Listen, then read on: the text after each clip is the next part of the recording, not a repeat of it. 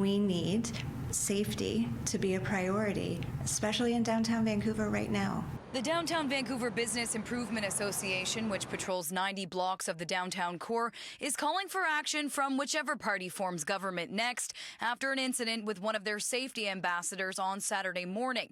It started after a man on the street became aggressive with the public. Members of Downtown Van say it was near the 1100 block of Granville Street where one of their members was in the process of calling 911 when they were chased several blocks and physically assaulted. Vancouver police say they believe there were multiple victims, one who was assaulted and left the area and has yet to be identified, another who was struck and chose not to identify themselves, and the DVBIA member who was chased and punched. He was initially arrested for assault, but taken to jail as a breach of the peace. And that means we held on to him at jail.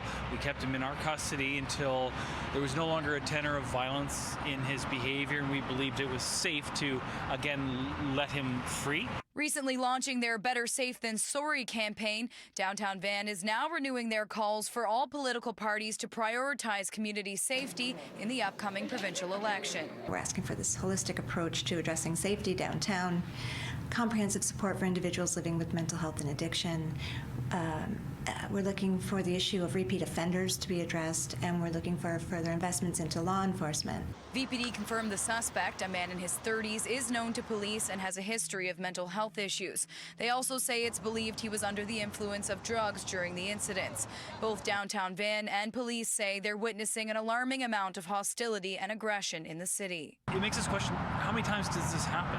How many times does a person have an unsafe encounter, or how many times is a person maybe assaulted in our city that we don't hear about? And that's why we always encourage people to report. We never had to track the number of physical or verbal assaults because they were rare. Over the last couple of years, the situation on our streets has changed. And as I've said, status quo is not working. They say businesses, employees, and citizens are paying the price for what has already proven to be a hot-button issue in the upcoming election. In Vancouver, Kate Walker, City News.